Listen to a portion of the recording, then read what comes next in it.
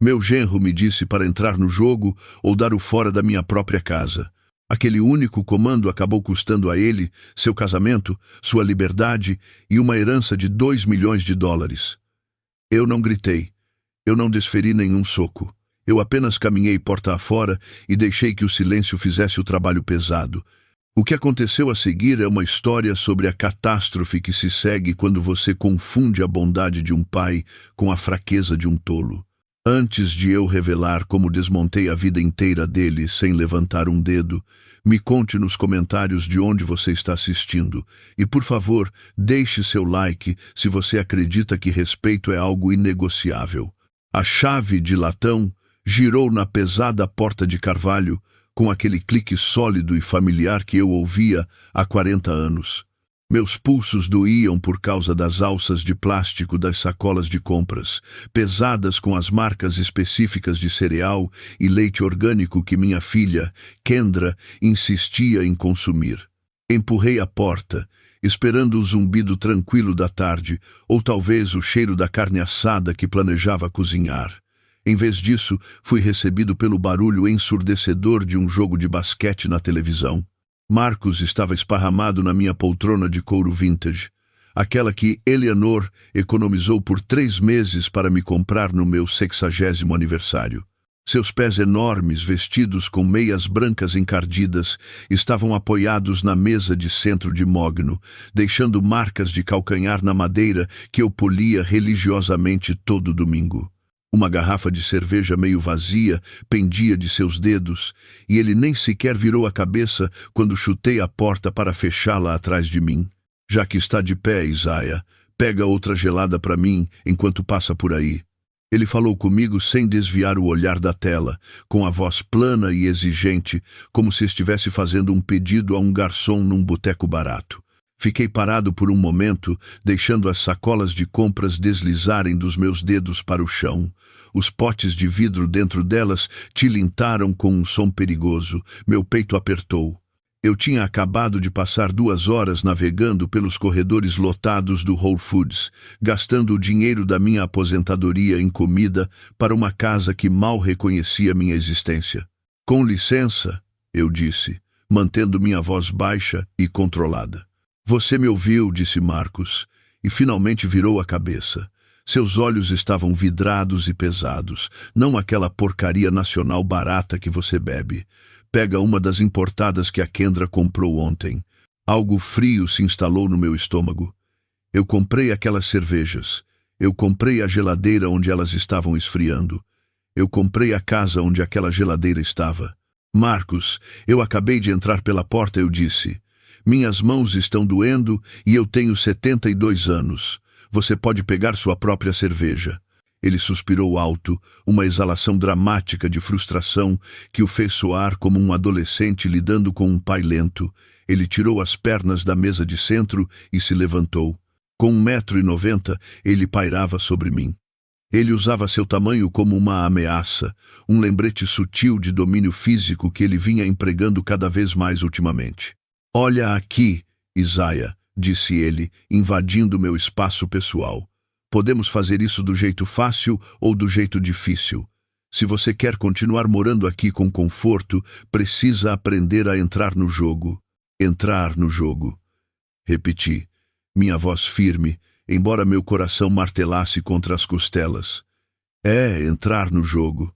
Essa casa é nossa agora, na prática. Kendra e eu mandamos aqui. Nós deixamos você ficar porque é família, mas isso não significa que você pode ter atitude. Quando eu peço uma cerveja, você pega a cerveja. É uma troca simples pelo teto sobre sua cabeça. A pura audácia daquela declaração me deixou momentaneamente sem fala. O teto sobre minha cabeça. O teto que eu havia trocado 5 anos atrás com um cheque das minhas economias de aposentadoria. A porta da cozinha se abriu e Kendra entrou, secando as mãos num pano de prato. Ela olhou de Marcos para mim, sentindo a tensão imediatamente. Seus olhos correram para as sacolas de compras no chão e depois para a postura agressiva de Marcos. O que está acontecendo? Ela perguntou, mas seu tom não era de proteção a mim, era de irritação. Seu pai está sendo difícil, disse Marcos, cruzando os braços grossos. Eu pedi um favor e ele está transformando isso num caso federal. Ele acha que manda no pedaço. Kendra suspirou e olhou para mim com profunda decepção. Pai, sinceramente, só pega a cerveja para ele. Vale mesmo a pena brigar por isso? Olhei para minha filha. Procurei em seu rosto a garotinha que costumava sentar no meu colo enquanto eu lia histórias de ninar, mas vi apenas uma estranha cansada que havia aprendido a capitular diante de um valentão para manter a paz. É a minha casa, Kendra, eu disse suavemente. Não mais. Marcos interrompeu, a voz se elevando. Você assinou a escritura passando para o fundo fiduciário, lembra? Isso significa que nós estamos no comando. Agora você tem uma escolha, velho. Ou você contribui e faz o que lhe mandam, ou pode fazer as malas e dar o fora. Não precisamos dessa energia negativa no nosso lar. O silêncio que se seguiu era denso o suficiente para sufocar. Olhei para Kendra, esperando que ela me defendesse. Esperando que ela dissesse ao marido que ele não podia falar com o pai dela daquele jeito. Que ele não podia ameaçar despejar o homem que pagou pelo próprio chão onde ele estava pisando. Ela olhou para o chão, evitando meu olhar. Pai, talvez seja melhor o senhor simplesmente escutar o que ele diz. Ela sussurrou. Estamos todos estressados. Por favor, não torne isso mais difícil do que precisa ser. Aquele foi o momento, o segundo exato em que a corda arrebentou. Tudo bem, eu disse. Marcos sorriu com escárnio, achando que tinha vencido, achando que eu estava me submetendo. Ótimo. Agora, sobre aquela cerveja. Eu vou fazer as malas, eu disse. O sorriso caiu do rosto dele. Kendra levantou o olhar, a boca se abrindo em choque. Passei por eles, deixando as compras caras no tapete. Caminhei pelo corredor até o quarto principal. O quarto que compartilhei com Eleanor por 30 anos até ela falecer. Abri o armário e puxei a velha mala Samsonite da prateleira de cima. Estava empoeirada. Não a usávamos desde nossa viagem ao Grand Canyon, uma década atrás. Eu não empacotei tudo. Não esvaziei o quarto. Movi-me com a precisão de um homem fechando um livro-caixa. 3 ternos, minhas camisas, roupas íntimas e meias, meus itens de higiene. E, o mais importante, a fotografia de Eleanor numa moldura de prata que ficava na mesa de cabeceira. Embrulhei-a cuidadosamente num suéter macio e coloquei-a no centro da mala. Eu podia ouvi-los sussurrando na sala de estar. Conversas urgentes e sibiladas. Marcos parecia zangado, mas incerto. Kendra parecia assustada. Eles estavam percebendo que o velho não estava blefando. Caminhei até o pequeno cofre no canto do armário e girei o segredo. Peguei meu passaporte, minha certidão de nascimento e a pasta de couro preto que continha a escritura, os documentos do fundo fiduciário e os códigos de acesso bancário. Deslizei a pasta para dentro da minha bolsa de laptop. Quando arrastei a mala de volta pelo corredor, eles estavam esperando. Marcos tinha se sentado novamente, mas não estava mais assistindo TV. Ele estava me observando. Kendra estava parada perto da porta, torcendo as mãos. Pai, onde você vai? Ela perguntou, a voz trêmula. Vocês me deram uma escolha, eu disse, parando na porta. Eu fiz a minha. Você não pode simplesmente ir embora. Marcos latiu, mas havia medo em seus olhos agora. Quem vai fazer o jantar? Quem vai cuidar das contas? Você é o homem da casa. Marcos, eu disse, abrindo a porta. Tenho certeza de que você vai dar um jeito. Saí para o ar fresco da primavera. Não olhei para trás, para o sobrado de pedra. Não olhei para a janela saliente, de onde eu sabia que eles estavam observando. Coloquei a mala no porta-malas do meu sedã, meu confiável Toyota prata que eu mantinha em perfeitas condições. Dei partida no motor e saí da garagem. Enquanto dirigia pela rua, deixando o bairro onde criei minha família, senti uma sensação estranha. Não era tristeza. Era a clareza fria de um balanço patrimonial sendo finalmente corrigido. Dirigi por 20 minutos até chegar ao motel Blue Horizon, na periferia da cidade. Não era um lugar bonito. O letreiro de neon piscava e a tinta estava descascando, mas era limpo o suficiente. Paguei por uma semana adiantada em dinheiro vivo.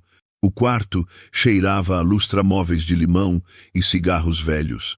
Coloquei minha mala no suporte e sentei na beirada do colchão duro. O silêncio no quarto era absoluto. Tirei meu celular do bolso. Ele já estava vibrando com mensagens de texto de Kendra, mas não olhei para elas. Coloquei o telefone virado para baixo na mesa de cabeceira, então abri meu laptop e conectei à internet instável do motel. Naveguei até o site do First Republic Bank e fiz login. A tela se encheu de números, saldos, contas, transferências automáticas. Era domingo à noite. Os bancos estavam fechados, mas a internet nunca dormia. Olhei para os números que representavam 40 anos de trabalho duro. O pagamento da hipoteca estava agendado para amanhã. As prestações dos 2 SUVs na minha garagem estavam agendadas para terça-feira. Os pagamentos do cartão de crédito para as maratonas de compras de Kendra estavam marcados para quarta-feira. Estalei os dedos. Eu havia passado a vida inteira construindo essa riqueza para protegê-los. Agora, eu a usaria para ensiná-los. A manhã de segunda-feira chegou com uma luz cinzenta e implacável, filtrada pelas cortinas finas de poliéster do quarto 112. Levantei às 6 horas. Tomei banho na água morna e vesti meu terno grafite, aquele que eu costumava usar em reuniões de diretoria. Parecia uma armadura. Hoje eu não era um pai, nem um avô, nem um aposentado. Hoje eu era um liquidante fechando uma subsidiária falida. Puxei a pequena mesa redonda para o centro do quarto e organizei meu espaço de trabalho. Meu laptop aberto no meio, flanqueado por um bloco de notas amarelo e minha caneta tinteiro de ouro. Acessei meu portal bancário principal e a tela se encheu com um suave brilho azul que representava o trabalho da minha vida. O primeiro item no livro-caixa era a casa. Aquele lindo sobrado em Chicago, eu a tinha quitado em 99, mas havia pegado uma pequena linha de crédito para reformar a cozinha para Kendra 3 anos atrás. Além disso, havia os impostos prediais e as taxas da associação de moradores que eu pagava automaticamente todo mês. Olhei para a transferência agendada para esta mesma manhã. $1.200. Era o custo mensal do conforto deles. Lembrei-me de assinar a papelada daquela cozinha, vendo Kendra passar as mãos pelos balcões de mármore, seus olhos brilhando de emoção. Ela tinha me abraçado naquele dia, um abraço que pareceu real. Cliquei na aba marcada Transferências Recorrentes. O cursor do mouse pairou sobre o botão rotulado Cancelar. Meu dedo hesitou por uma fração de segundo. Esta era a opção nuclear. Assim que eu fizesse isso, as cartas começariam a chegar, os avisos, a pressão. Pensei nos pés de Marcos na minha mesa. Pensei no jeito que ele me olhava, como se eu fosse um móvel que já não tinha mais utilidade. Cliquei no mouse. A tela atualizou. A seguir, os veículos. Naveguei para a seção de financiamento de automóveis. 2 anos atrás, Marcos insistiu que precisava de um SUV de luxo para sua imagem. Ele disse que clientes o julgavam pelo que ele dirigia. Eu fui o fiador e configurei os pagamentos na minha conta porque o score de crédito dele era baixíssimo. $600 por mês por um carro que eu nunca tive permissão para dirigir. Disquei o número no verso do meu cartão de débito. Preciso sustar o débito automático da conta do Range Rover. Final 442, eu disse ao atendente. Entendo, senhor. Esse pagamento está agendado para processar amanhã. Tem certeza? Isso pode resultar em multas por atraso. Tenho certeza, eu disse. O mutuário será responsável pelos pagamentos daqui para frente. Muito bem. Removi sua conta como fonte de pagamento. Mais alguma coisa? Sim, a conta do Lexus, final 891, cancele essa também. Desliguei o telefone e fiz uma anotação no meu bloco amarelo. $1.200 por mês em prestações de carros. Sumiram. Voltei para o laptop para a parte mais dolorosa. Os cartões de crédito. Kendra era uma usuária autorizada no meu American Express Platinum. Eu dei o cartão para emergências, mas no último mês, a definição de necessidade havia se expandido para incluir bolsas de grife e jantares em churrascarias onde eu não era convidado. Abri a fatura. Mês passado, $3.000. Havia uma cobrança de uma boutique de $400, feita no mesmo dia em que ela me disse que não podiam pagar pelas compras de supermercado. A mentira doeu mais que o dinheiro. Fui ao menu de serviços do cartão. Gerenciar usuários autorizados. Kendra King. Selecionei a opção Remover usuário. Uma caixa de aviso apareceu. Remover este usuário recusará quaisquer transações futuras e cancelará o cartão físico. Deseja prosseguir? Pensei nos jantares de Natal. Nas férias que financiei. Pensei no jeito que ela ficou calada enquanto o marido me expulsava da minha própria casa. Cliquei em sim. Em menos de 45 minutos, cortei as artérias financeiras que bombeavam meu sangue vital para a casa deles há 5 anos. Sentei-me na cadeira dura de madeira e exalei um longo suspiro. Eu esperava sentir culpa, mas não senti. Senti uma estranha e oca leveza. Meu telefone, que eu havia deixado virado para baixo na cama, vibrou. Depois, vibrou novamente. Uma notificação apareceu na tela do laptop vinda do meu e-mail. Havia começado. Os sistemas automatizados eram mais rápidos do que eu pensava. A maquinaria invisível do mundo financeiro já estava rangendo, transferindo o peso da responsabilidade das minhas costas para as deles. Fechei o laptop e me levantei. Peguei a chave do quarto e minha carteira. Ao sair pela porta, verifiquei meu telefone uma última vez. 4 chamadas perdidas de Kendra. 2 de Marcus. E uma mensagem de texto de Kendra que dizia simplesmente: Pai, o cartão foi recusado no posto de gasolina. Me liga urgente. Deslizei o telefone para o bolso e desliguei o toque. A lição tinha começado oficialmente, e a primeira regra desse novo currículo era que o silêncio era a resposta mais alta que eu poderia dar. Tranquei a porta do motel e caminhei em direção ao meu carro, sentindo o sol da manhã finalmente começar a queimar através das nuvens cinzentas. A semana passou com um ritmo estranho e silencioso que eu não conhecia há anos. Caí numa rotina no motel Blue Horizon que parecia quase monástica. Acordava cedo para assistir ao nascer do sol sobre a rodovia e passava meus dias lendo romances de bolso comprados num sebo na mesma rua. Fazia minhas refeições no restaurante da esquina, onde uma garçonete chamada Betty servia meu café sem perguntar e nunca exigia nada de mim além de um sorriso educado. Meu celular, no entanto, contava uma história diferente. Ele permanecia na mesa de cabeceira laminada, acumulando chamadas perdidas e correios de voz como uma lixeira enchendo de detritos. Eu não atendi a uma única ligação. Eu tinha decidido na noite de domingo que não entraria em debates. Não havia nada para debater. Eu simplesmente parei de fazer o que nunca fui obrigado a fazer em primeiro lugar. Mas eu ouvia as mensagens. Eu as ouvia à noite, com um copo de vinho barato de motel na mão, analisando a progressão das emoções deles, como um cientista estudando uma estrela em colapso. As mensagens de terça-feira estavam cheias de confusão e daquele tipo específico de arrogância que Marcos usava como uma colônia barata. E aí, Isaia? Era a voz de Marcos, casualmente irritada. Estou no posto de gasolina e o cartão está dando problema. Diz usuário não autorizado ou algo assim. Liga para o banco e conserta isso, cara. Estou aqui parecendo um idiota na frente da bomba. Me liga de volta. Ele soava tão certo de que era um erro administrativo. A ideia de que eu o cortaria nem sequer havia entrado em sua imaginação. Na quarta-feira, o tom mudou. A confusão se foi, substituída por uma raiva afiada e cortante. Os avisos de recusa automática deviam ter começado a chegar às caixas de entrada deles. Isaia, atende a droga do telefone. Aqui é o Marcos. A concessionária acabou de me ligar. Disseram que o pagamento voltou. Você tem noção do quanto isso é embaraçoso? Eu tenho uma reputação naquele lugar. Você precisa resolver isso agora antes que estrague meu crédito. Você está sendo infantil.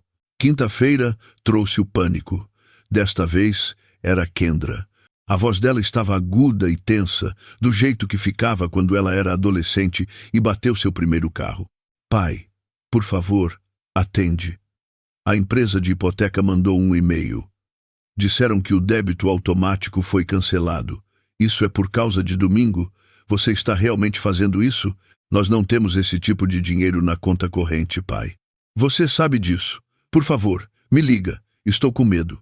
Ouvi o medo dela e senti uma pontada do velho instinto, a vontade de correr e consertar tudo, de aplainar a estrada e pagar o pedágio. Mas então me lembrei da maneira como ela olhou para o chão enquanto o marido me expulsava.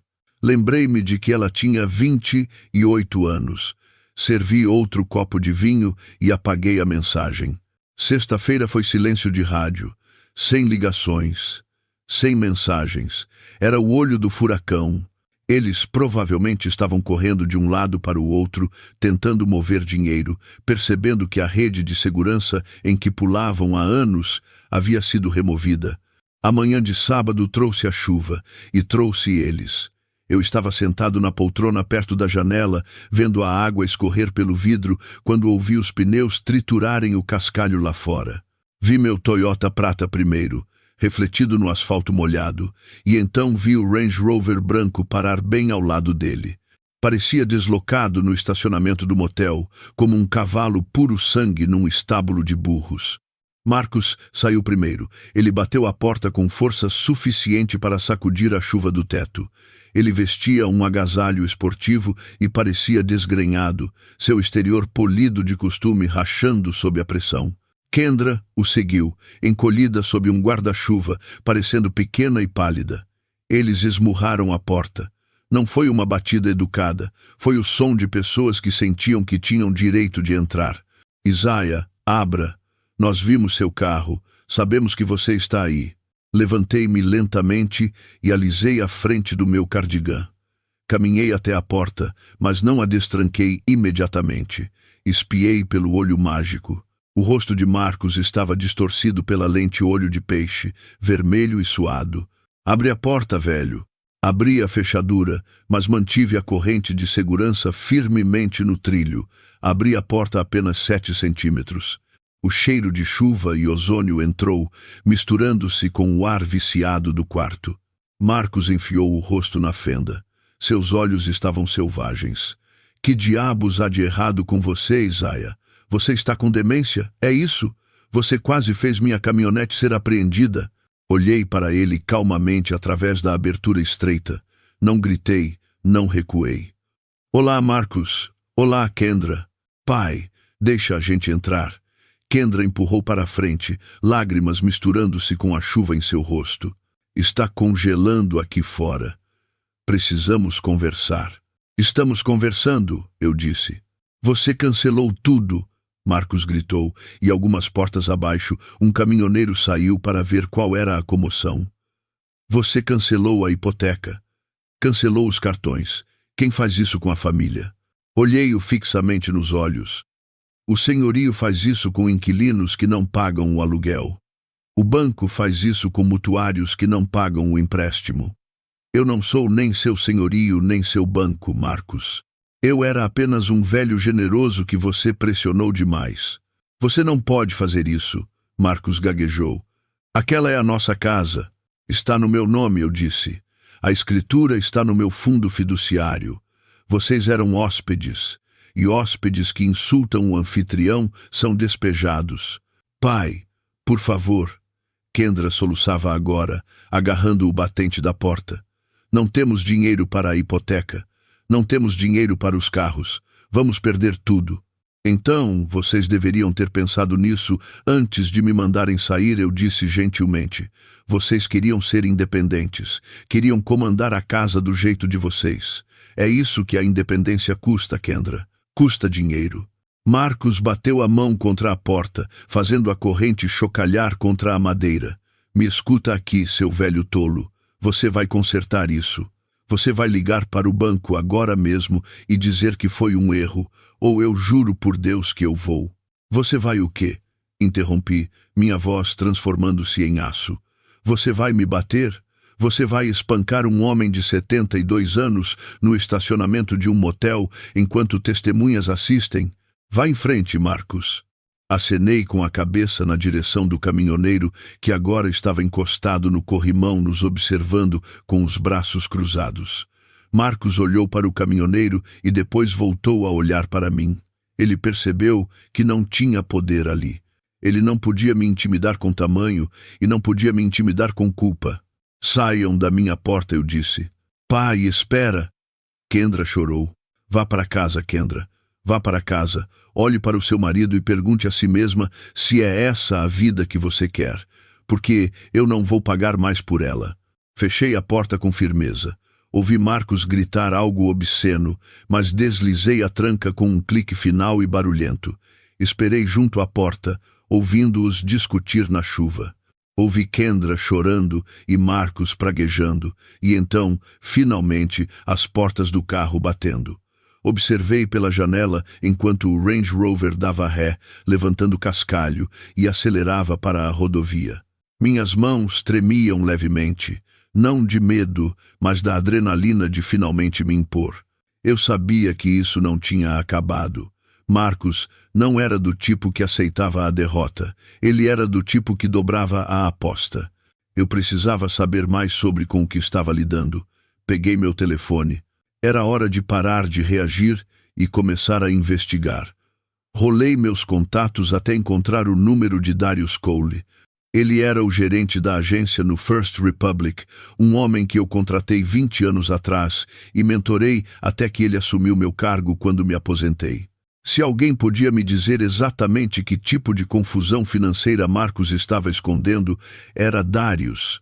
A manhã de terça-feira me encontrou sentado em uma cabine no The Sapphire Diner, um lugar com piso xadrez e assentos de vinil que não mudavam desde os anos 90. Era um contraste nítido com o anonimato silencioso do motel Blue Horizon. Darius Cole nunca se atrasava. Ele era um homem que vivia pelo relógio, um traço que instilei nele durante os 15 anos em que trabalhamos lado a lado. Como previsto, às 8 horas em ponto, o sino acima da porta tocou e Darius entrou. Ele parecia impecável, em um terno risca de giz azul marinho, do tipo que custava mais que meu carro. Mas o caminhar dele estava diferente hoje. Normalmente, Darius se movia com a confiança fácil de um homem que gerenciava milhões de dólares. Hoje, seus passos eram pesados e seu rosto carregava uma gravidade que fez meu estômago revirar. Isaiah, disse ele, deslizando para a cabine à minha frente. Ele não sorriu. Bom te ver, Darius, eu disse, tentando manter a voz leve. Agradeço por me encontrar com tão pouco aviso prévio.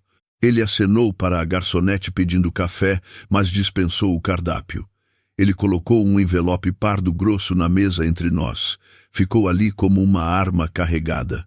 Eu vi a atividade nas suas contas ontem, Isaiah, disse Darius baixinho. Você parou os pagamentos da hipoteca, cortou os cartões de crédito, assumi que algo tinha acontecido. Assenti, tomando um gole da minha água. Finalmente percebi que financiar o estilo de vida deles não estava ajudando Darius. Estava aleijando-os. Eu tive que cortar o cordão umbilical. Darius olhou para as mãos e depois para mim. Seus olhos estavam cheios de uma estranha mistura de pena e preocupação profissional. Se fosse apenas sobre você cortá-los, eu teria te parabenizado pelo telefone, disse ele. Eu teria dito que já era hora. Mas não é apenas sobre a mesada, Isaiah.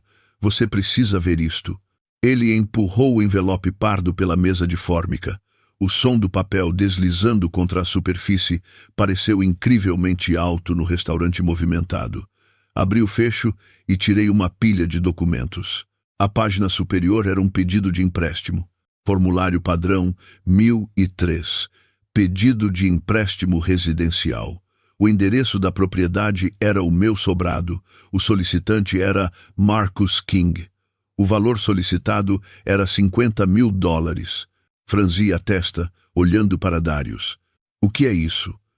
Marcus não é dono da casa. Ele não pode fazer um empréstimo sobre ela. Continue lendo, disse Darius, a voz tensa. Olhe para a seção do co-solicitante e olhe para a página de assinatura.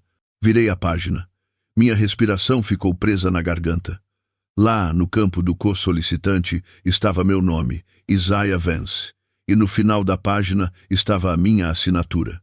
Era uma falsificação boa, muito boa. Tinha o mesmo laço afiado no V que eu usava há 40 anos.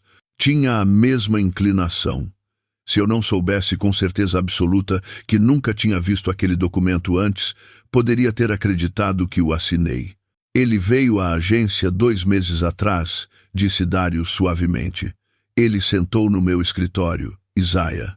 Ele me disse que vocês dois planejavam reformar o porão para fazer uma brinquedoteca para os netos. Disse que você estava se sentindo indisposto e não podia vir pessoalmente, mas que tinha assinado os papéis em casa. Senti uma dormência fria se espalhando pelo meu peito. Não era o calor da raiva, era o frio da traição absoluta. Ele tentou hipotecar minha casa. Sussurrei. Pelas minhas costas. Ele trouxe um carimbo de cartório também, continuou Darius. Parecia oficial, mas você sabe que eu checo tudo. Foi o que você me ensinou.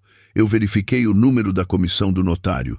Estava expirado. Pertencia a uma mulher que morreu 3 anos atrás. Olhei para a assinatura. O laço no V. A inclinação cuidadosa. Ele deve ter praticado.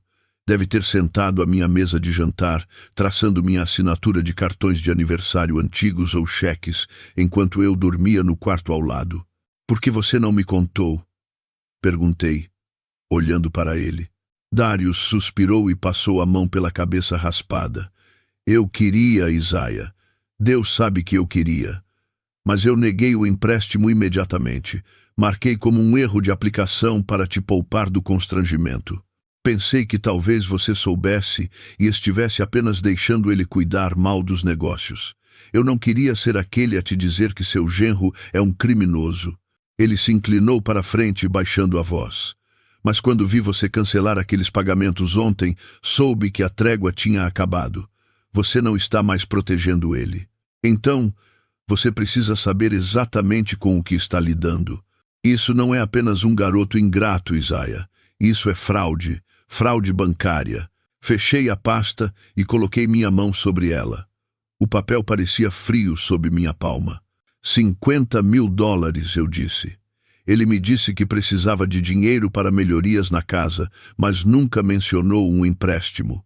Só reclamava de como o dinheiro estava curto. Darius olhou ao redor do restaurante para garantir que ninguém estava ouvindo. As pessoas não cometem crimes federais por reformas na casa, Isaiah. Elas não arriscam 5 anos de prisão para colocar drywall novo. Você falsifica uma assinatura quando está desesperado. Quando precisa de dinheiro rápido e não tem outra maneira de conseguir. Desesperado, a palavra pairou no ar. Pensei na garrafa de cerveja na mão de Marcos. Pensei no ultimato. Obedeça ou saia. Não era sobre poder, era sobre controle. Ele precisava de mim naquela casa porque precisava de acesso ao patrimônio. Tem mais uma coisa, disse Darius. Fiz algumas ligações. Em off. Marcos tem passado muito tempo naquele lugar na rodovia. O cassino Glacier Peaks. As peças se juntaram na minha mente com a força de uma batida de carro. As noites até tarde. As mudanças de humor. A súbita demanda agressiva por segredo. O SUV de luxo que ele insistia em dirigir, perfeito para a viagem de 1 hora até o cassino. Ele está jogando, eu disse. Darius assentiu sombriamente. Não consigo ver as outras contas dele, obviamente. Mas com base em um empréstimo desesperado de $50.000, eu diria que ele está afundado até o pescoço. Recostei-me na cabine. O barulho do restaurante desvaneceu-se num rugido surdo. Meu genro não era apenas um valentão. Ele era um viciado e estava canibalizando minha vida para alimentar seu hábito. O que eu faço, Darius? Perguntei. Darius apontou para a pasta. Isso é prova, Isaiah. Você pega isso e vai ver seu amigo na delegacia, Andre Hill. Porque se Marcos estava disposto a forjar seu nome num documento bancário, ele está disposto a fazer pior. Um homem encurralado por dívidas é perigoso. Peguei o envelope. Parecia mais pesado agora. Aquele envelope continha o atestado de óbito da minha família como eu a conhecia. O Marcos, que eu achava que conhecia, havia sumido, substituído por um estranho que roubaria meu nome e minha casa para se salvar. Obrigado, Darius, eu disse, levantando-me e pegando a carteira. Darius colocou a mão no meu braço. É por conta da casa, Isaiah. Só cuide das suas costas. Ele vai entrar em pânico quando perceber que a fonte secou, e o pânico faz as pessoas fazerem loucuras. Saí do restaurante para o sol forte da manhã. O envelope estava enfiado debaixo do meu braço, pressionado contra minhas costelas. Eu tinha entrado no restaurante buscando clareza e a encontrei, mas era uma clareza brutal e feia. Caminhei até meu carro e coloquei a pasta no banco do passageiro. Olhei para ela por um longo momento. Então tirei meu telefone e disquei um número que eu não chamava há anos. Andre Hill atendeu uma voz grossa e familiar. Andre, é Isaiah Vance, eu disse. Preciso te ver. Tenho algo que você precisa examinar. Dei partida no motor. O tempo para a tristeza havia acabado, agora era a vez da lei. A delegacia de Chicago cheirava exatamente como eu me lembrava dos dias em que costumava prestar consultoria sobre crimes financeiros. Era uma mistura de cera de chão, café velho e lã úmida de ternos baratos. Passei pela recepção, onde um jovem oficial parecia cansado atrás do vidro grosso, e segui para os elevadores. O detetive Andre Hill trabalhava no terceiro andar, num escritório de canto que era mais arquivo do que sala. Havíamos crescido no mesmo quarteirão no South Side. Jogávamos bola na rua e estudávamos na mesma biblioteca.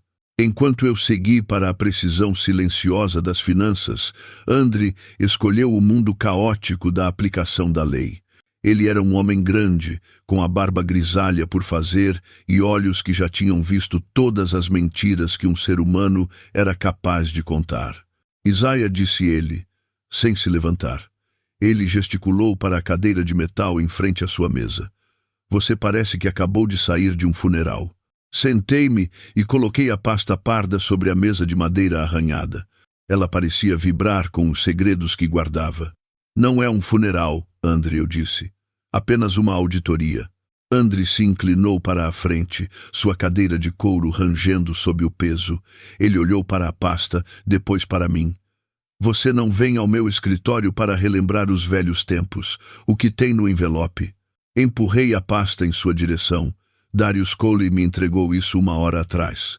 É um pedido de empréstimo de $50.000 contra a minha propriedade. Andre abriu a pasta, colocou os óculos de leitura e examinou o documento em silêncio.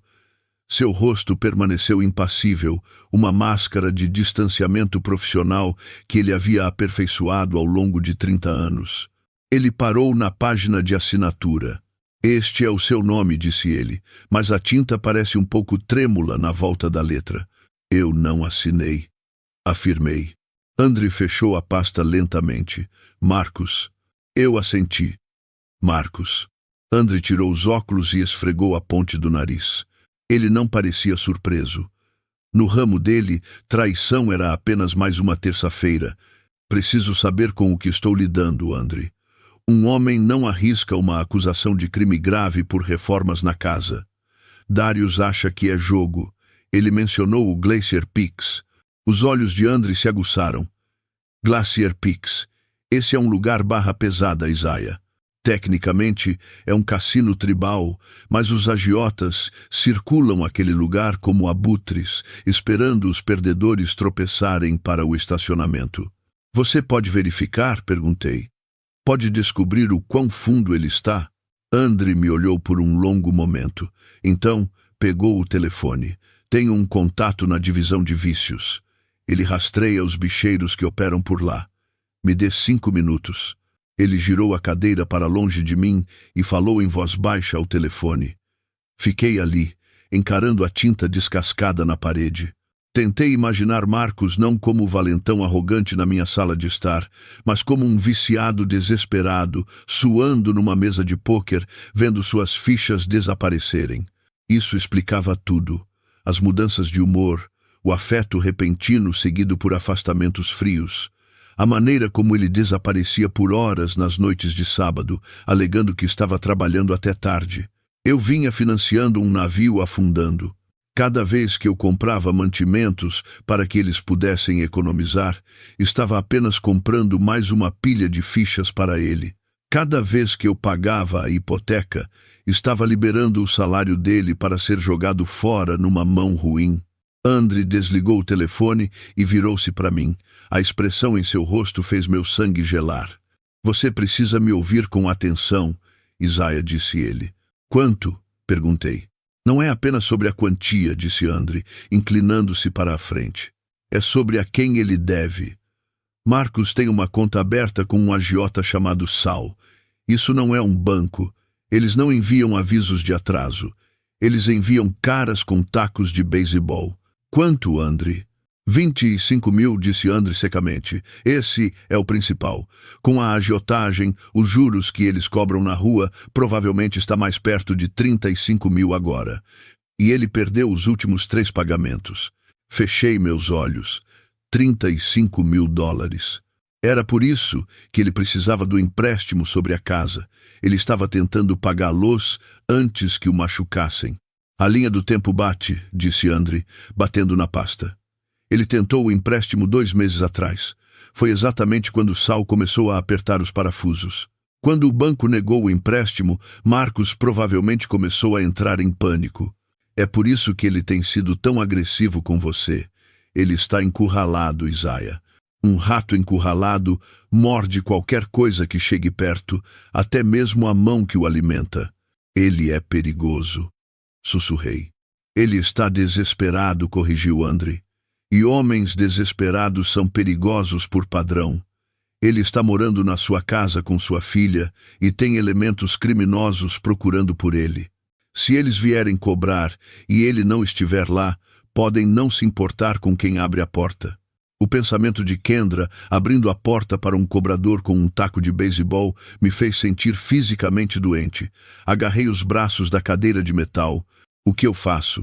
Primeiro, você o tira daquela casa, disse André, com a voz dura. O que presumo que já tenha feito, já que está dormindo no Blue Horizon. Assenti. Saí no domingo. Bom, mas você precisa se proteger legalmente. Essa falsificação, ele bateu na pasta novamente. Isso é alavancagem. É um crime grave de classe 3. Falsificação e tentativa de fraude bancária. Podemos prendê-lo hoje, se você quiser. Eu hesitei. Pensei em Kendra. Pensei na vergonha de ver o marido dela algemado. Ainda não, eu disse. Quero lidar com isso do meu jeito primeiro. Quero que ele tenha a chance de contar a verdade para Kendra. Se eu prendê-lo agora, ela vai me culpar. Vai dizer que eu arruinei a vida dela. Ela precisa ver quem ele realmente é. André balançou a cabeça. Você está jogando um jogo perigoso, Isaiah. Esse cara não vai contar a verdade. Ele vai dobrar a aposta. É isso que os viciados fazem. Eles mentem até que a verdade seja a única coisa que resta de pé. Eu sei, eu disse, levantando-me, mas preciso dar essa chance a ela. André levantou-se também. Ele pegou um cartão na gaveta e escreveu um número no verso com uma caneta grossa. Este é meu celular pessoal, disse ele, entregando-me. Mantenha isso no bolso. Se Marcos aparecer no seu motel, se ele te abordar na rua, se você tiver apenas um mau pressentimento, você me liga. Não hesite. Peguei o cartão. Parecia um escudo. E Isaiah, acrescentou André, suavizando a voz, vigie seus bens. Se ele está tão fundo assim, está procurando dinheiro rápido onde quer que possa encontrar. Joias. Eletrônicos. Dinheiro vivo. Pensei no cofre do meu armário, aquele que eu havia esvaziado antes de sair. Eu garanti as contas principais, eu disse, mas ele ainda está na casa. Tire-o de lá, disse André. Entre com um pedido de despejo. Consiga uma ordem de restrição. Use essa pasta como evidência, mas não deixe ele ficar lá mais uma noite. Porque quando o Sal vier cobrar, você não vai querer que sua propriedade seja a garantia. Saí da delegacia para a luz forte e dura da cidade. O barulho do trânsito parecia ensurdecedor.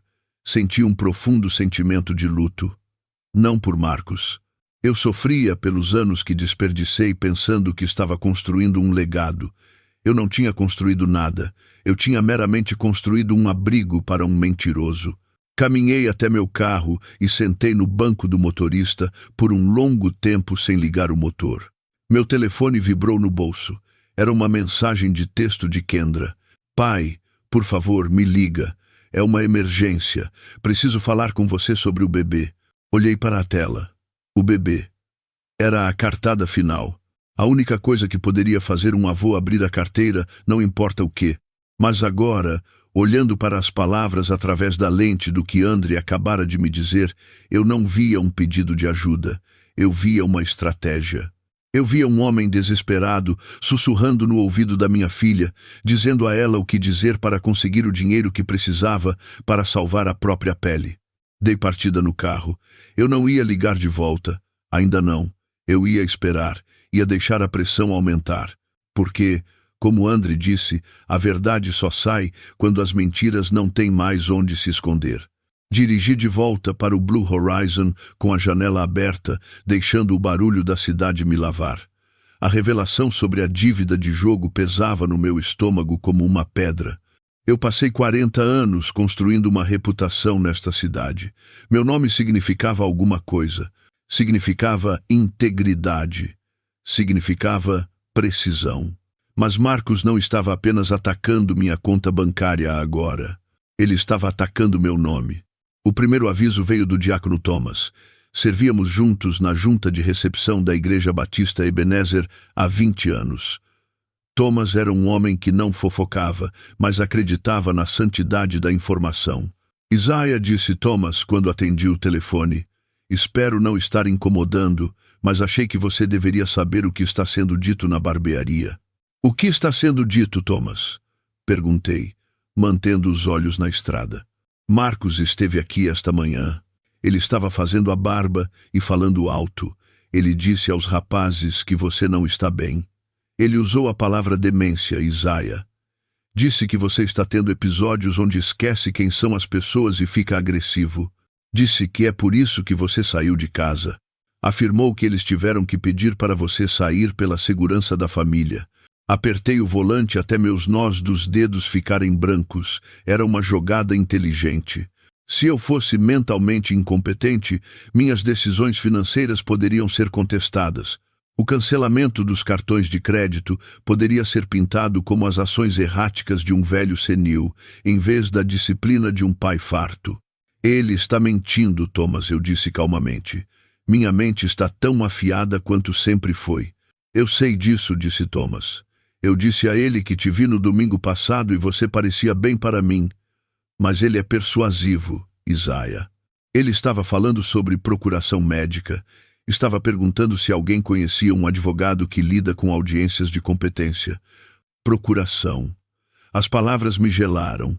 Marcos não estava apenas tentando explicar o constrangimento de ter sido cortado. Ele estava preparando o terreno para assumir o controle dos meus bens legalmente. Se ele pudesse provar que eu era incompetente, poderia conseguir a tutela, poderia ter acesso ao fundo fiduciário, poderia pagar o sal e ainda sobraria o suficiente para um novo Range Rover. Obrigado por me contar, Thomas, eu disse. Eu vou cuidar disso. Desliguei e senti uma fúria fria subindo no meu peito. Era uma coisa roubar meu dinheiro. Outra coisa era roubar minha mente, dizer ao mundo que o intelecto que cultivei por 7 décadas estava apodrecendo. Meu telefone tocou novamente quase imediatamente. A tela se iluminou com uma foto de Kendra no dia do casamento, sorridente e radiante. Encarei a foto. A mensagem que ela tinha enviado mais cedo sobre o bebê brilhou na minha mente. Entrei no estacionamento do motel e desliguei o motor. Eu precisava estar parado para isso. Precisava ouvir cada inflexão na voz dela. Deslizei o ícone verde na tela. Olá, Kendra. Pai. Ela parecia sem fôlego, como se tivesse chorado ou corrido. Pai, estou tentando falar com você a manhã toda. Por que você não me atende? Eu estava ocupado, eu disse. Qual é a emergência? É o bebê, pai, ela soluçou. Fui ao médico esta manhã. Dr. Evans. Ele disse que há complicações. Minha pressão arterial está muito alta. É uma gravidez de alto risco. Ele disse que preciso ver um especialista imediatamente e começar essa nova medicação, mas nosso seguro está pendente por causa da troca de emprego que o Marcos está fazendo. Ouvi a história. Tinha o ritmo frenético de um discurso preparado.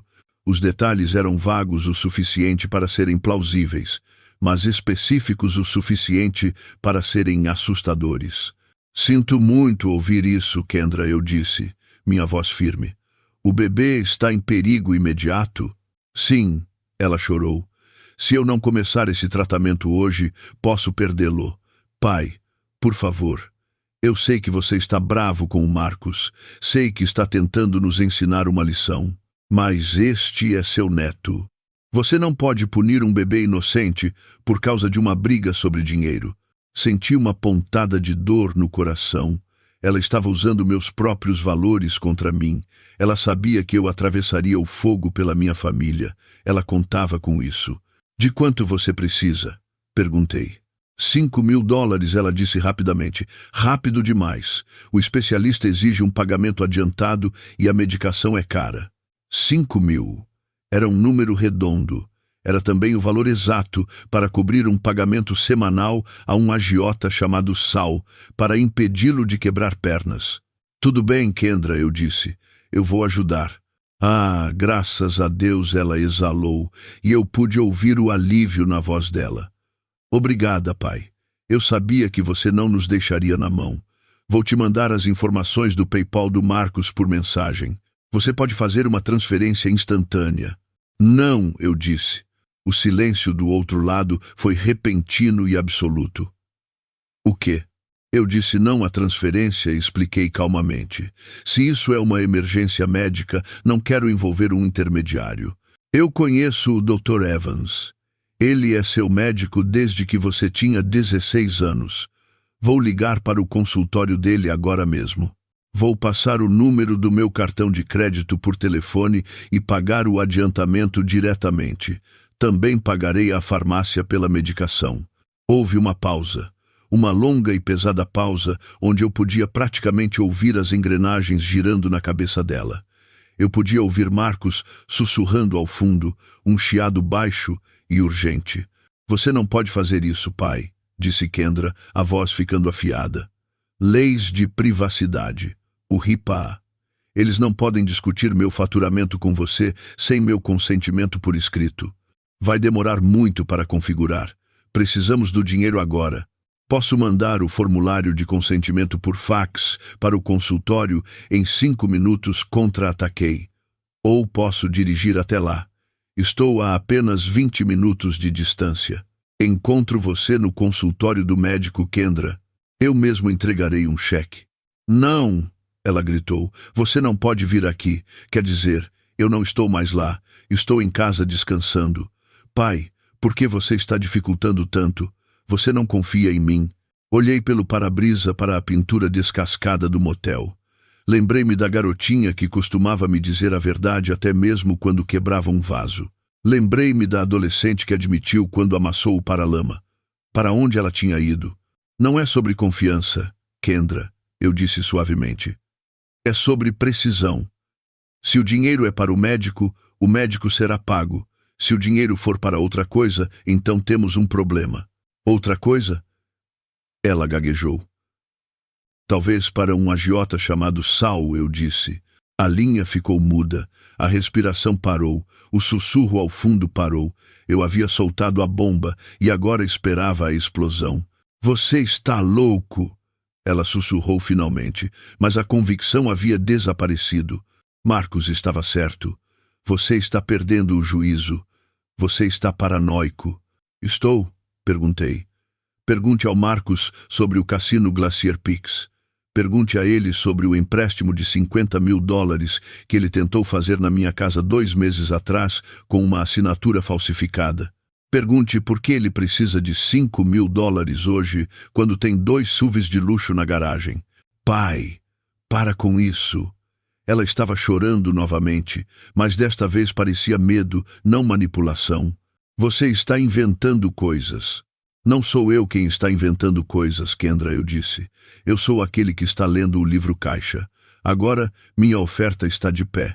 Eu pagarei o Dr. Evans diretamente. Vou dirigir para o consultório agora mesmo. Apenas me diga para onde ir. Ela desligou. O clique da chamada desconectada soou como o martelo de um juiz decretando a sentença. Ela havia feito sua escolha. Diante da opção entre a verdade e a mentira, ela escolheu proteger a mentira. Escolheu proteger o homem que a estava arrastando para o fundo, em vez do pai que tentava puxá-la para a superfície. Fiquei sentado ali por um longo tempo, encarando o telefone. Eles estavam desesperados agora. O boato da demência era o escudo deles, e o golpe da gravidez era a espada. Ambos haviam falhado. Marcos estava encurralado. Ele tentou me intimidar, tentou me enganar, tentou manchar meu nome. Nada disso funcionou. O dinheiro ainda estava na minha conta e a dívida ainda estava sobre a cabeça dele. Ele ficaria com raiva, seria imprudente e estaria procurando um alvo. Liguei o motor do carro novamente. Eu não podia ficar no motel. Era passivo demais. Eu precisava estar em campo aberto. Precisava estar onde testemunhas pudessem me ver. Precisava mostrar à cidade de Chicago que Isaiah Vance estava de pé, são e sem medo. Coloquei o carro em marcha ré. Eu iria ao banco. Tinha alguns documentos para autenticar em cartório e queria garantir que meu rosto fosse visto por todos na rua principal. Se Marcos queria uma guerra, estava prestes a descobrir que estava lutando contra um general, não contra um soldado raso. O First Republic Bank erguia-se na esquina da Michigan Avenue como uma fortaleza de pedra cinza e latão polido. Era um edifício projetado para projetar estabilidade. Eu havia trabalhado dentro daquelas paredes por 15 anos e sabia que o ar lá dentro era sempre fresco e cheirava levemente a papel velho e moeda corrente. Estacionei meu Toyota no pátio e caminhei em direção às portas giratórias. Verifiquei meu reflexo no vidro. Minha gravata estava reta. Meu terno, impecável. Eu não parecia um homem nas garras da demência. Eu parecia um homem prestes a fechar um negócio. Passei 20 minutos lá dentro com o vice-presidente, garantindo que o congelamento do meu fundo fiduciário fosse absoluto. Autenticamos 3 documentos que exigiam minha presença física. Quando apertei a mão dele e me virei para sair, senti uma renovada sensação de força. As muralhas legais estavam erguidas, o fosso estava cavado. Empurrei as portas giratórias de volta para a energia agitada da calçada do centro da cidade. O horário de almoço estava começando. Trabalhadores de escritório em mangas de camisa corriam para lanchonetes e turistas tiravam fotos da arquitetura. Ali está ele! A voz cortou o ruído da rua como uma faca serrilhada. Era alta, teatralmente alta. Parei e me virei. Marcos estava parado perto do saguão do caixa eletrônico, a cerca de 6 metros de distância. Ele não estava sozinho. Estava falando com um pequeno grupo de pessoas, incluindo um segurança e uma mulher que eu reconheci do coral da igreja. Ele apontou um dedo trêmulo para mim. Pai, espere bem aí. Ele correu em minha direção, o rosto uma máscara de preocupação exagerada. Ele estava interpretando o papel do filho aterrorizado com perfeição, mas estava suando. Manchas escuras maculavam as axilas de sua camisa social cara. Eu mantive minha posição. Mudei minha pasta de couro para a mão esquerda, deixando a direita livre. Olá, Marcos, eu disse. Pessoal, por favor, nos deem um pouco de espaço. Marcos gritou para as pessoas próximas, agitando os braços. Meu pai está tendo um episódio. Ele desapareceu há 3 dias e estamos procurando por ele em toda parte. A multidão diminuiu o passo. As pessoas pararam de mastigar seus sanduíches. Celulares saíram dos bolsos. As lentes das câmeras nos encaravam como olhos que não piscam. Aquele era o palco que ele queria. Ele queria me humilhar publicamente para validar sua história sobre meu declínio mental. Pai, vamos lá, disse Marcos, estendendo a mão para o meu braço, mas parando pouco antes de me tocar. Você está confuso, você não sabe onde está. A Kendra está chorando horrores em casa. O carro está bem aqui. Deixe-me levá-lo para casa, para que você possa tomar sua medicação. Olhei para a multidão, vi pena em seus olhos. Eles viam um jovem bem vestido tentando ajudar um velho senil. Viam a narrativa que Marcos havia criado. Dei um passo para trás, criando uma distância precisa entre nós. Não levantei a voz, mas a projetei baixa e dura para que ela passasse por cima do barulho do trânsito. Eu não estou confuso, Marcos. E eu não tomo nenhuma medicação, exceto uma vitamina diária. Ele não está falando coisa com coisa. Marcos disse ao segurança que havia se aproximado. Ele acha que as pessoas estão roubando dele. Faz parte da paranoia. Pai, por favor, só entra no carro. Olhei diretamente para o segurança. Eu o reconheci. Frank. Ele trabalhava no saguão há uma década. Frank, eu disse, eu pareço confuso para você? Frank hesitou, olhando de Marcos para mim. Sr. Vance, o senhor parece bem para mim. Ele é bom em esconder isso. Marcos retrucou, a voz falhando de estresse. Essa é a doença. Num minuto ele está bem. No próximo, está cancelando hipotecas e acusando membros da família de crimes. Pai, os médicos estão esperando. Abri minha pasta. Não tirei os papéis, mas deixei Marcos vê-los. Vi seus olhos se arregalarem quando ele reconheceu a borda amarela do pedido de empréstimo. Vamos falar sobre crimes, Marcos, eu disse. Minha voz era calma, fria e implacável. Vamos falar sobre por que você realmente está aqui. Você não está aqui para me levar para casa. Você está aqui porque o caixa eletrônico recusou seu saque de novo. Para com isso, Marcos sibilou, invadindo meu espaço pessoal. Não faça isso aqui. Vamos falar sobre o cassino Glacier Peaks, continuei, elevando a voz apenas o suficiente para alcançar o fundo da multidão que se reunia. Vamos falar sobre os $25.000 que você deve a um agiota chamado Sal.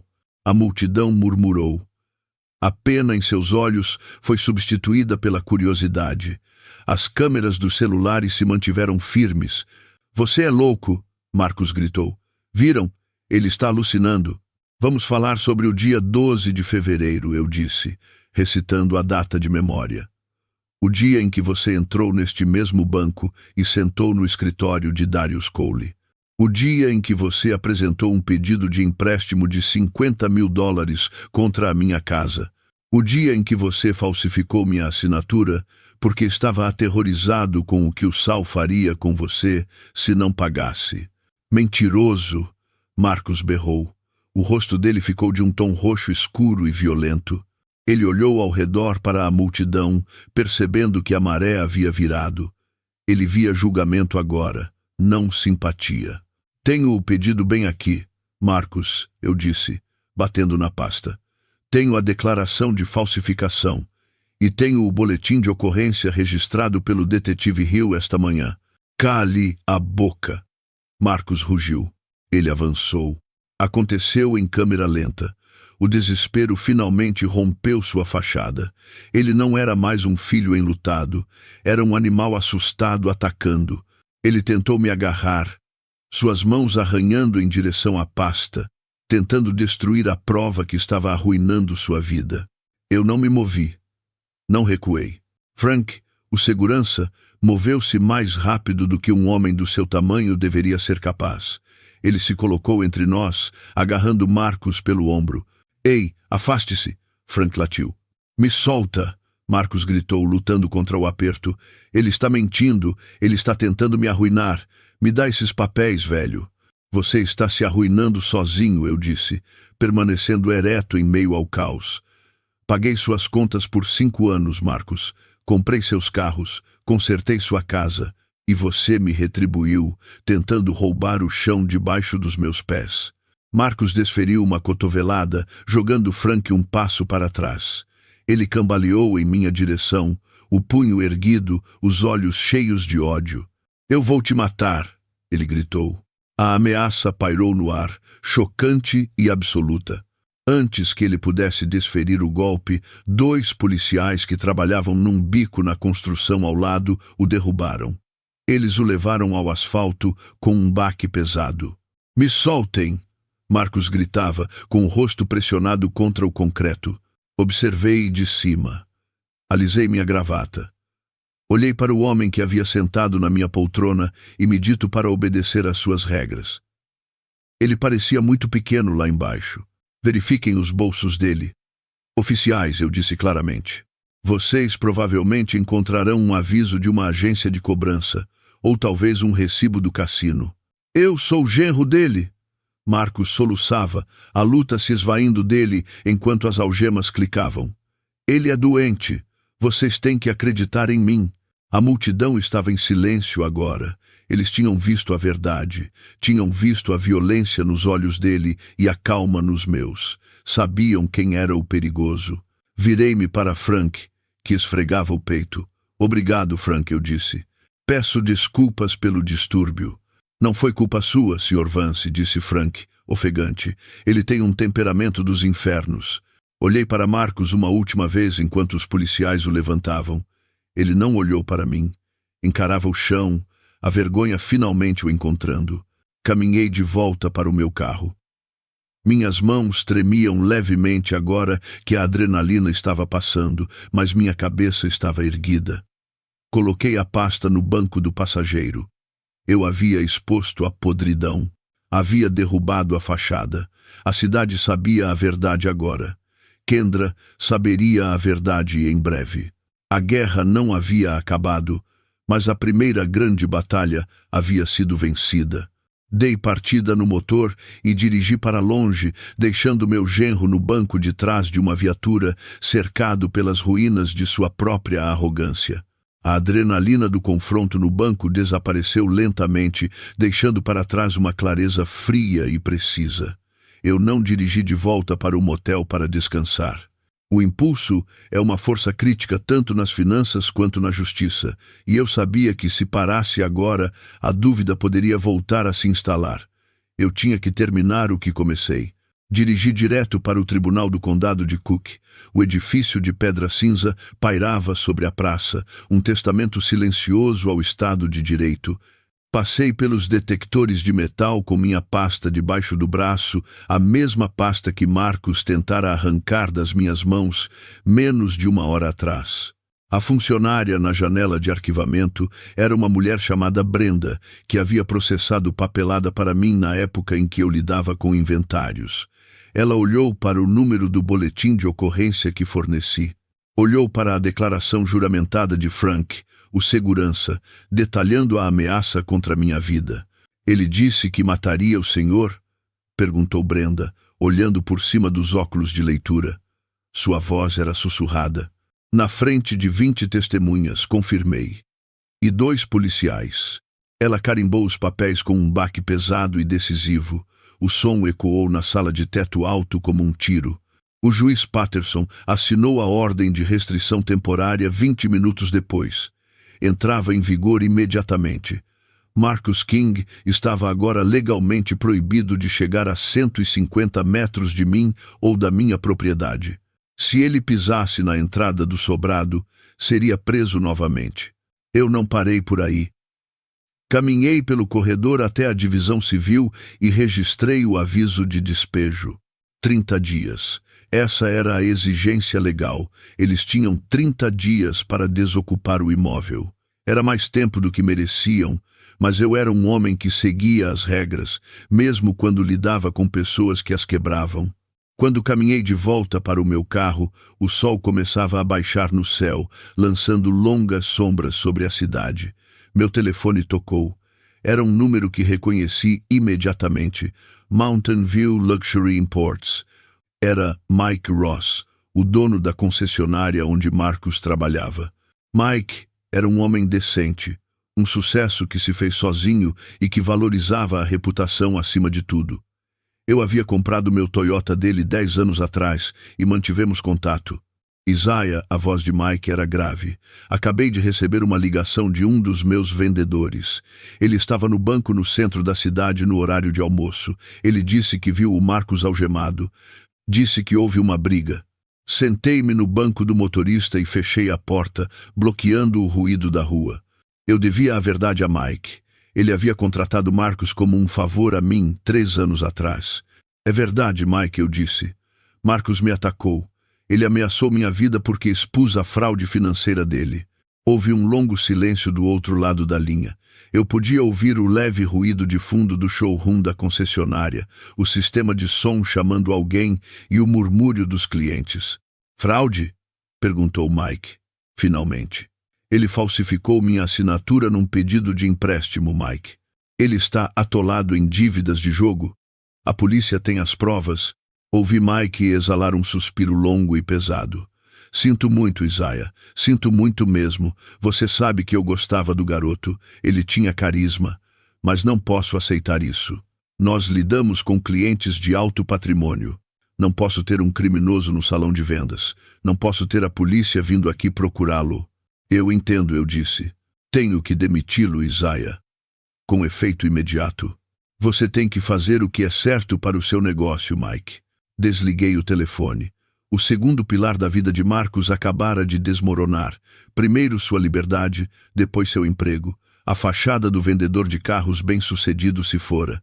Agora, ele era apenas um homem desempregado, com ficha criminal e uma montanha de dívidas. Dirigi de volta em direção ao sobrado. Eu não pretendia entrar. A ordem de restrição proibia Marcos de se aproximar de mim, mas não me proibia de estacionar do outro lado da rua para garantir que os oficiais do xerife fizessem seu trabalho. Quando cheguei, a cena já estava caótica. Um caminhão guincho estava de ré na entrada da garagem. Suas luzes âmbar piscavam ritmicamente, refletindo na fachada de tijolos da casa que trabalhei tanto para comprar. Era a equipe de retomada. O banco havia agido rápido com os pagamentos de automóveis cancelados. 2 homens grandes em macacões estavam enganchando correntes no eixo dianteiro do Range Rover branco. Observei do meu carro, estacionado a uma distância segura. A porta da frente da casa se abriu violentamente. Kendra correu para fora. Ela usava um roupão de banho e seu cabelo estava selvagem. Ela gritou com os homens, agitando os braços. Eu não conseguia ouvir as palavras dela através do vidro, mas podia ver seu desespero.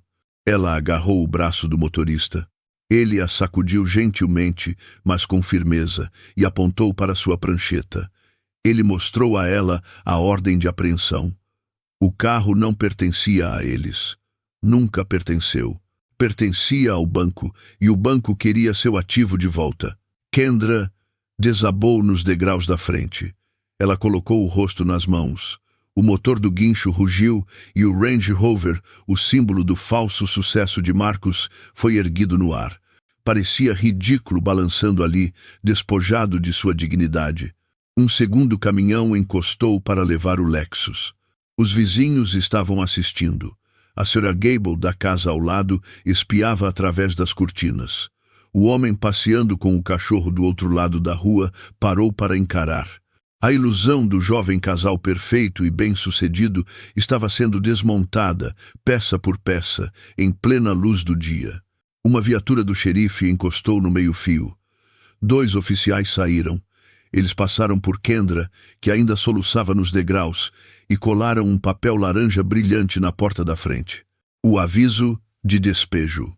Em seguida, entregaram um segundo conjunto de papéis. A Kendra. A ordem de restrição. Observei a ler.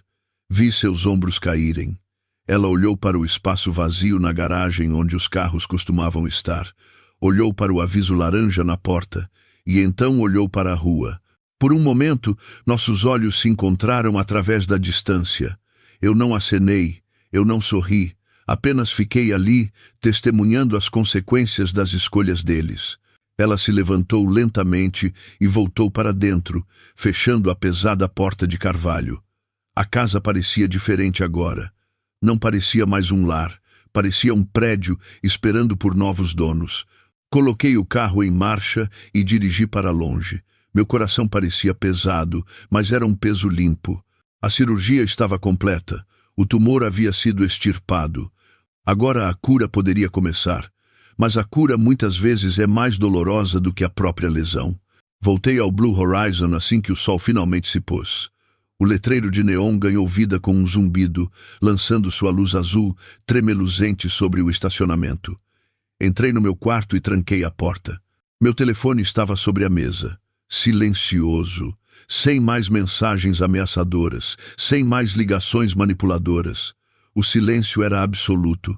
Eles não tinham mais cartas para jogar. Abri meu laptop e acessei minha conta bancária uma última vez naquele dia. O saldo estava estável. O sangramento havia parado.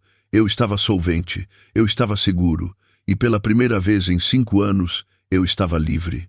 Mas a liberdade tem um preço. Sentei-me na beirada da cama e olhei para a foto de Eleanor que eu havia guardado na minha mala. Eu consegui. Eu sussurrei para o quarto vazio. Eu os impedi. Eu esperava que ela estivesse orgulhosa. Esperava que ela entendesse que, às vezes, o amor se parece com um caminhão de reboque e uma ordem de restrição. Às vezes, o amor se parece com dizer não. A manhã de quarta-feira estava nublada. As nuvens pairando baixas e pesadas sobre a cidade, combinando com o clima da reunião que eu estava prestes a conduzir. Eu havia escolhido uma pequena cafeteria chamada The Daily Grind, na orla do centro comercial. Era um terreno tranquilo e neutro. Não era um dos cafés chiques que Kendra frequentava com seus círculos sociais, nem era o restaurante onde eu encontrava meus velhos amigos. Era um lugar para estranhos se encontrarem e realizarem negócios, e era exatamente isso que aquilo era. Cheguei 20 minutos adiantado, garantindo a cabine no canto mais afastado, longe da porta e da máquina de café expresso. Pedi um café preto e coloquei a pasta de couro sobre a mesa. Dentro estava o dossiê que Andre e eu compilamos. O boletim de ocorrência, a declaração juramentada, os registros bancários, a linha do tempo dos jogos de azar. Era a autópsia de um casamento, escrita em tinta e números. Kendra chegou 5 minutos atrasada. Quando o sino acima da porta tocou, quase não a reconheci. A mulher polida e glamourosa, que estivera na minha sala exigindo que eu obedecesse ao marido, havia desaparecido. Em seu lugar estava um fantasma. Ela usava um moletom cinza largo e nenhuma maquiagem. Seu cabelo, geralmente escovado com perfeição, estava preso num coque bagunçado. Seus olhos estavam inchados e com as bordas vermelhas. Ela me viu e hesitou. Por um momento pensei que ela pudesse dar meia volta e sair, mas ela respirou fundo e caminhou até a cabine. Deslizou para o assento à minha frente, encolhendo-se no estofamento de vinil como se quisesse desaparecer. Olá, Kendra, eu disse, minha voz uniforme. Pai. Ela suspirou a palavra como uma súplica. Olhou para a xícara de café na minha frente, depois para as mãos, que torciam um guardanapo de papel em tiras. Eu não sei o que dizer. Você não tem que dizer nada ainda, eu disse. Você só precisa ouvir e precisa ler. Abri a pasta e deslizei o primeiro documento pela mesa de madeira arranhada. Era o registro de vigilância do cassino, fornecido pelo contato de Andre na divisão de vícios. O que é isso? Ela perguntou, a voz trêmula. É um registro de onde seu marido tem passado as noites de terça e quinta-feira nos últimos 8 meses, eu disse. Ele te disse que estava trabalhando até tarde na concessionária. Disse que estava construindo sua lista de clientes. Na verdade, ele estava no cassino Glacier Peaks, sentado nas mesas de pôquer de apostas altas. Ela olhou para o papel. Seus olhos examinaram as datas e horários. As quantias perdidas estavam destacadas com marca-texto amarelo. $500 aqui, $2.000 ali. Ele tem um problema, Kendra, eu disse gentilmente. Ele é um viciado. Não. Ela balançou a cabeça, lágrimas escorrendo pelo rosto. Ele me disse que fez alguns investimentos ruins. Disse que o mercado se voltou contra ele. Jurou que foi apenas má sorte. Deslizei o segundo documento para ela. O pedido de empréstimo falsificado. Isso não é má sorte, afirmei. Isso é um crime. Ele tentou hipotecar minha casa, a casa onde você cresceu. Ele falsificou minha assinatura porque deve $25.000 a pessoas que não usam agências de cobrança. Ele colocou sua segurança em risco para cobrir os próprios erros. Kendra colocou a mão sobre a boca. Ela leu o documento, viu a data, viu a assinatura falsa. A compreensão a atingiu como um golpe físico. Ela estivera dormindo ao lado de um homem que estava disposto a roubar sua herança e deixar seu pai sem teto para salvar a si mesmo.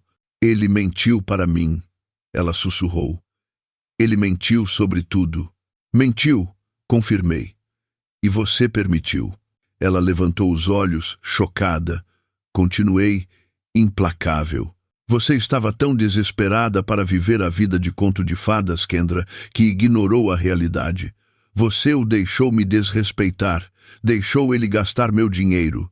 Você ficou parada e assistiu ele me expulsar da minha própria casa porque gostava do estilo de vida que ele fingia proporcionar. Pai, eu sinto muito. Ela estendeu a mão pela mesa, tentando pegar a minha. Eu estava com medo. Ele disse que se não conseguíssemos o dinheiro, perderíamos tudo. Eu não sabia sobre a falsificação, eu juro. Puxei minha mão de volta. Eu acreditava nela sobre a falsificação. Kendra era fraca, mas não era uma criminosa. No entanto, ignorância não era mais uma desculpa. Não estou procurando um pedido de desculpas, Kendra, eu disse. Estou procurando uma decisão. Que decisão? Ela limpou os olhos com as costas da mão, deixando um rastro de rímel na bochecha. Marcos está acabado, declarei. Ele não tem emprego. Tem antecedentes criminais agora. Tem dívidas que não pode pagar. Ele vai sair da cidade, Kendra. Homens como ele sempre fogem quando as paredes se fecham. Ele tentará ir para algum lugar novo, algum lugar onde possa começar o golpe tudo de novo.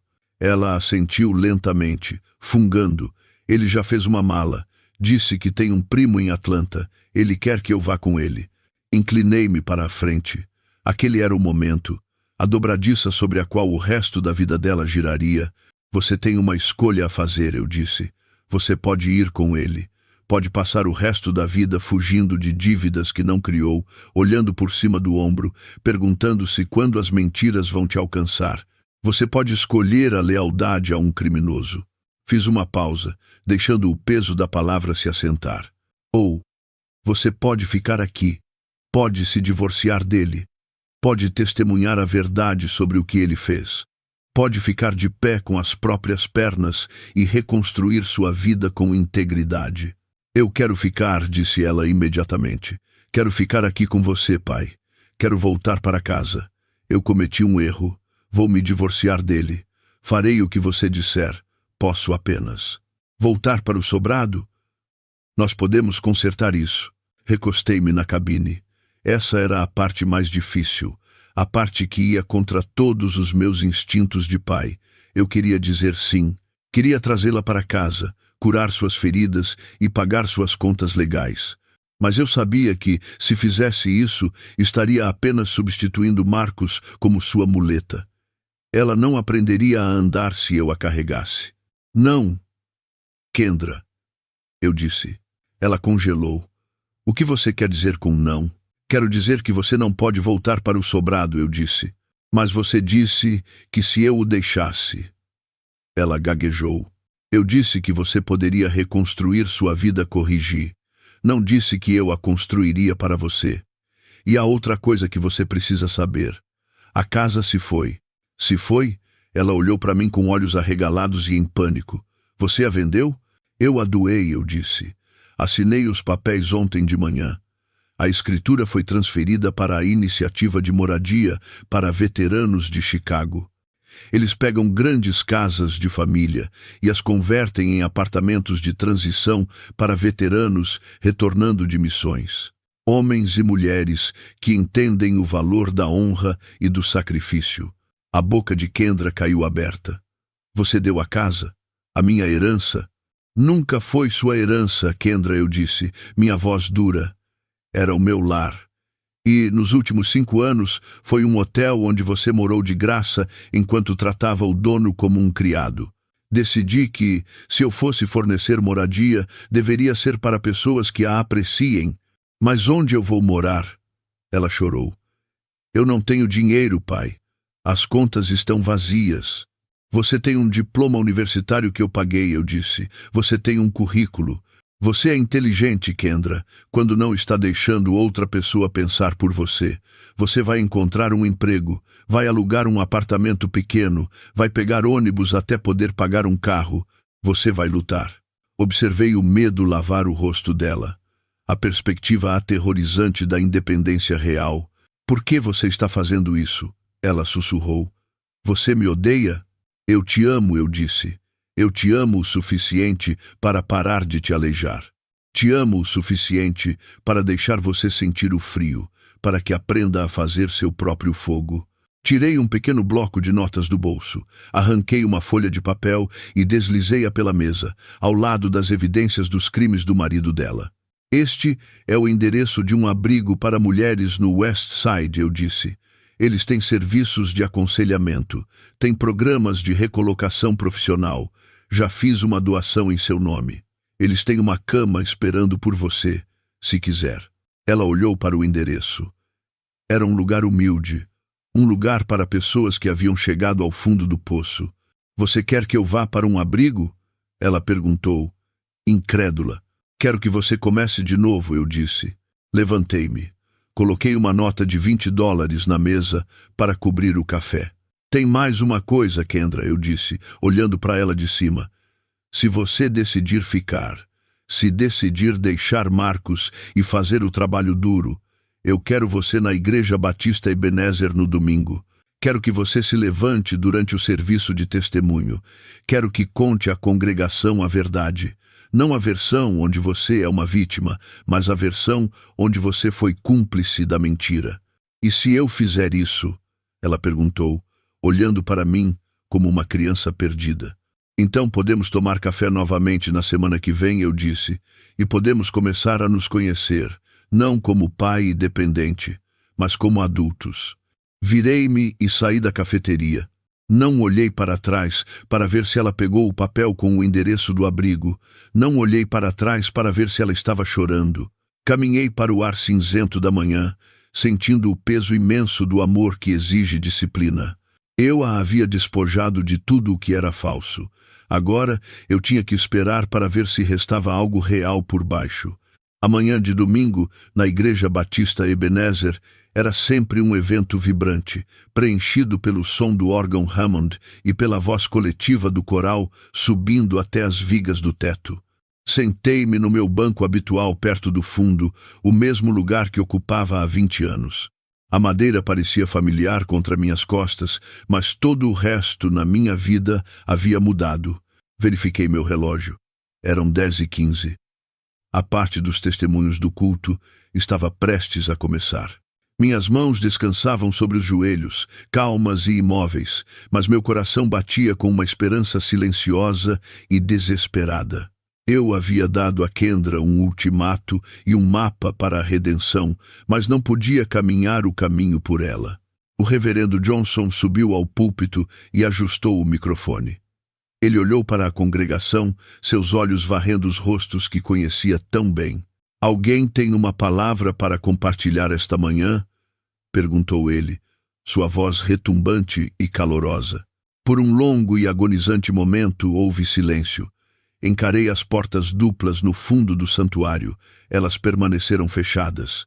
Senti uma pedra pesada de decepção começar a se assentar no meu estômago. Ela não vinha. Tinha escolhido correr com Marcos. Tinha escolhido a estrada fácil da fuga. Comecei a baixar a cabeça para orar pela segurança dela, quando as portas rangeram ao abrir. Um silêncio caiu sobre as fileiras de trás e ondulou para a frente. Kendra entrou. Ela não estava usando os saltos de grife ou os vestidos de seda que costumava ostentar. Estava vestindo um vestido azul marinho simples, que parecia antiquado e modesto. Seu cabelo estava preso de forma simples. Ela parecia despida de artifícios, parecia real. Ela caminhou pelo corredor central. Seus passos eram trêmulos, mas ela não parou. Passou pelos diáconos que sussurravam e pelos membros curiosos do coral. Passou por mim sem fazer contato visual, embora eu tenha visto seu queixo tremer. Ela caminhou direto para o púlpito. O reverendo Johnson viu a expressão no rosto dela e se afastou, assentindo gentilmente. Ele baixou o pedestal do microfone para ela. Kendra agarrou o pódio com as 2 mãos. Seus nós dos dedos estavam brancos. Ela olhou para o mar de rostos, as pessoas que a conheciam desde que era um bebê no berçário da igreja. Meu nome é Kendra King, disse ela, e sua voz falhou. Ela limpou a garganta e começou novamente. Meu nome é Kendra, e estou aqui para confessar. O silêncio na igreja era absoluto. Até as crianças pararam de se mexer. Nos últimos 5 anos, tenho vivido uma mentira, continuou ela, lágrimas começando a escorrer pelo rosto. Fiquei parada enquanto meu marido, Marcus, espalhava boatos sobre meu pai, Isaiah Vance. Nós dissemos a vocês que ele estava perdendo a cabeça. Dissemos que ele estava doente. Dissemos que estava confuso. Ela respirou fundo. Ele não está doente. Ele é o homem mais são que eu conheço. A verdade é que meu marido e eu estávamos roubando dele. Moramos na casa dele de graça. Dirigimos carros que ele pagou. E quando ele finalmente pediu respeito, tentamos destruir sua reputação para encobrir nossa própria ganância. Um suspiro percorreu a sala. A Sra. Gable, na primeira fila, colocou a mão no peito. Marcus foi embora, disse Kendra. Ele saiu da cidade ontem para escapar de suas dívidas de jogo. Ele queria que eu fosse com ele. Queria que eu continuasse fugindo. Mas meu pai me deu uma escolha. Ele me disse que eu podia correr ou podia ficar aqui e contar a verdade a vocês. Ela olhou diretamente para mim então. Seus olhos estavam nadando em lágrimas, mas estavam firmes. Sinto muito, pai, ela sussurrou no microfone. Sinto muito por cada dólar que desperdicei. Sinto muito por cada mentira que contei. Sinto muito por ter escolhido um ladrão em vez do Senhor. Estou começando de novo hoje. Não tenho nada, mas tenho a verdade. E espero que isso seja suficiente para começar a ganhar o seu perdão. Ela se afastou do pódio. Por um segundo, ninguém se moveu. Então, lentamente, o som de palmas começou. Começou na última fila com o diácono Thomas e se espalhou. Não era o aplauso de uma performance, mas o aplauso de apoio. O som de uma comunidade recebendo uma ovelha perdida de volta ao rebanho.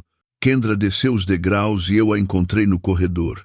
Não disse uma palavra, simplesmente abri meus braços e ela desabou no meu peito, soluçando com a força de uma barragem se rompendo. Eu a segurei firme, sentindo o tremor de seus ombros, e pela primeira vez em anos me senti como um pai que estava realmente protegendo sua filha, em vez de apenas pagar suas contas. 3 meses depois, o ar estava fresco com o cheiro de agulhas de pinheiro e terra úmida.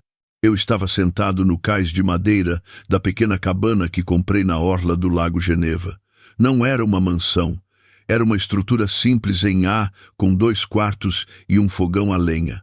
Custou uma fração do que o sobrado valia, mas era minha.